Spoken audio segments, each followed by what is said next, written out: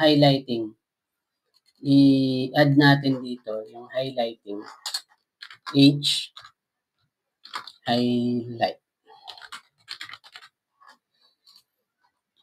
Okay. Ang shortcut po ng highlighting is simply H. Pag kinlik nyo to, mag-shift lang kayo para diretso yung line nyo. So, click. Yan. Ganun. Mag-highlight tayo ulit. Pero, yung mas second way na mas mabilis na paraan, search natin yung TV01. Pero this time, gagamitin natin tong search option para mas mabilis tayo mag-highlight. Ayan, ang dami niyan nakita, di ba? So, kesa sa isa-isayin natin yan i-highlight, ang gagawin natin, isa-select natin tong button na to, tapos, click mo yung highlight check na yan.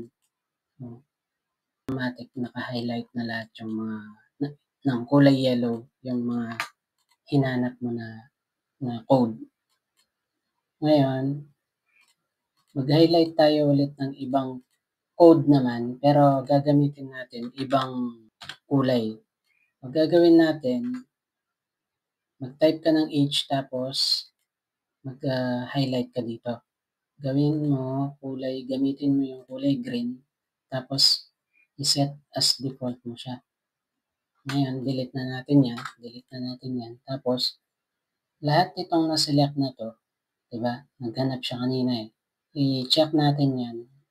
Tapos, i-highlight natin sila. So, delete na natin. Hanapin natin siya. Yan. So, pag pinunta natin yun, kung mapapansin nyo, yan. Ibang kulay na yung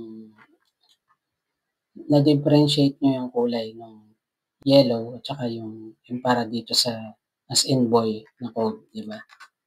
Yan, ganyan yung mas mabilis na paraan. Highlight using the search button na option.